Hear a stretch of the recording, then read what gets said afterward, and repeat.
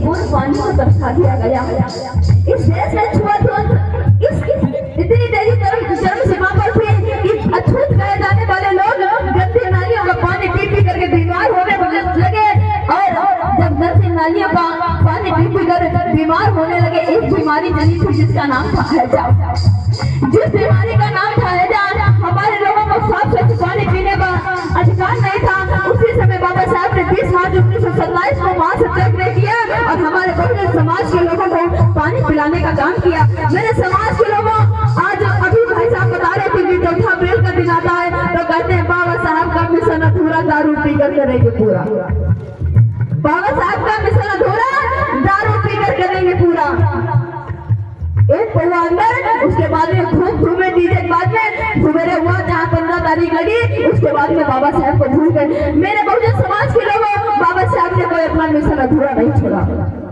बाबा साहब ने कोई अपना मिशन अधूरा नहीं छोड़ा। बाबा साहब का सपना था कि मेरा देश समतामूलक समाज हो। ये समतामूलक एक समान हमारे लोग हो, हमारे लोग पढ़े लिखे शिक्षित होने चाहिए, हमारे ही कोई प्राइम मिनिस्टर होना चाहिए। ये बाबा साहब का सपना था, ना कि दारू एक पौवा अंदर। तो बाबा साहब का मिशन पूरा करते। मेरे बहुजन समाज के लोग बस सिर्फ बाबा साहब के मिशन को आगे बढ़ाना चाहते हैं तो पढ़ा लो अपने बच्चों को और बना दो अधिकारी, उसी दिन बाबा साहब का सपना पूरा हो जाएगा। जब हमारे लोगों को पानी नहीं पीने को मिला तो बाबा साहब ने किस प्रकार से हमारे लोगों की दशा है, मैंने पंक्तियों में लिखने की कोशिश की है। ये भैयारों में बहनारों में दलित सब भाई,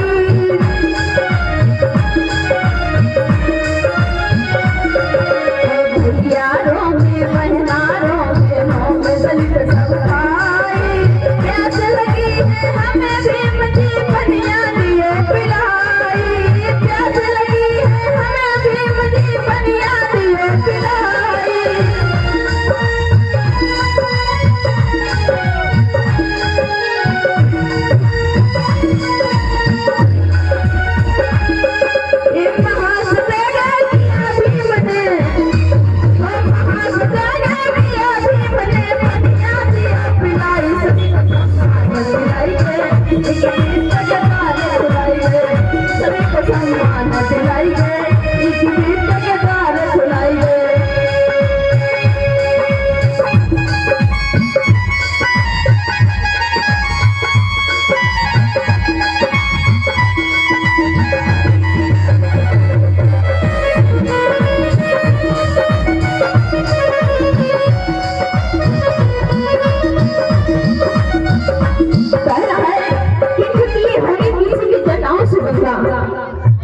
निकली होगी किसी की जटाओं से गंगा, लेकिन हमें तो पानी पीने का भी अधिकार हमारे बाबा साहब ने दिया है। हमें तो पानी पीने का अधिकार भी हमारे बाबा साहब ने दिया है। और कहना है,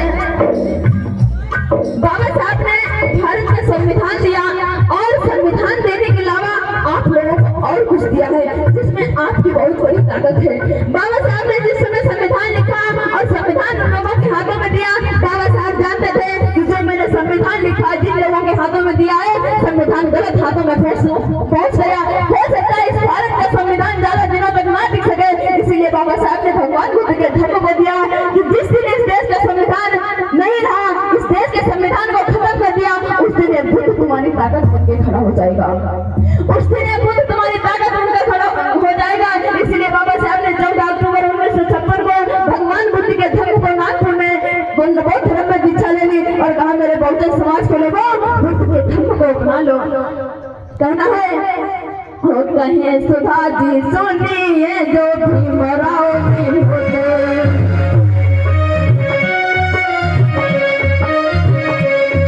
हो कहे सुधा जी सुनिए जो भीमराव नहीं होते, अरे हीन दशा बड़ी होती कभी आगे बढ़ नहीं पाते।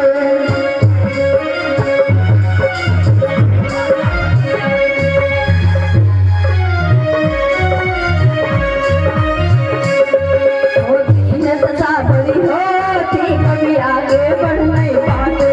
हो बात जमानो भीमराव की, हो बात जमानो भीमराव की, दिलाई है, इसी के भारत दिलाई है।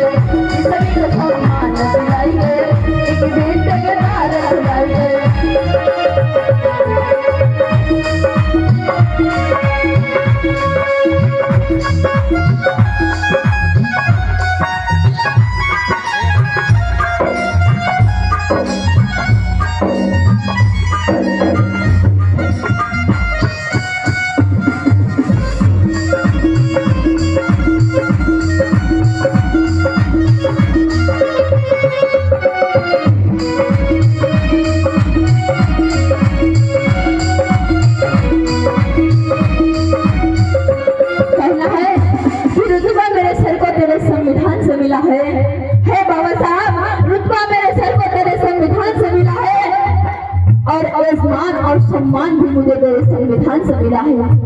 रुतबा मेरे सर को तेरे संविधान से मिला है, ये मान और सम्मान भी तेरे संविधान से मिला है। और वो मुझे मिला होगा मुकद्दर से मिला होगा, और वो मिला होगा जो मुकद्दर से मिला होगा।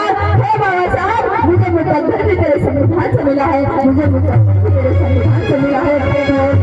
हमारे प्राण के प्यारे गए गए सब अधिकार, वो पढ़ी लिख के संविधान बनाई के करके सम्मान दिलाएंगे, इस देश का तार खुलाएंगे, सभी को सम्मान दिलाएंगे, इस देश का तार खुलाएंगे, सभी को सम्मान दिलाएंगे, इस देश का तार खुलाएंगे।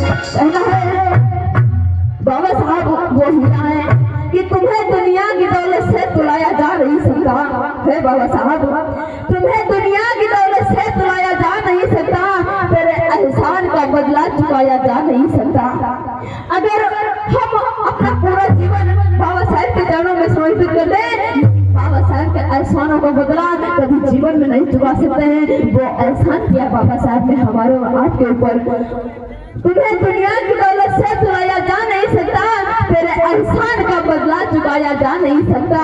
अगर हमको न तुम मिलते बड़ा मुश्किल गुजारा था, अगर हमको न तुम मिलते बड़ा मुश्किल गुजारा था। सिवा तेरे किसी को सर झुकाया जा नहीं सकता, सिवा तेरे किसी को सर झुकाया जा नहीं सकता।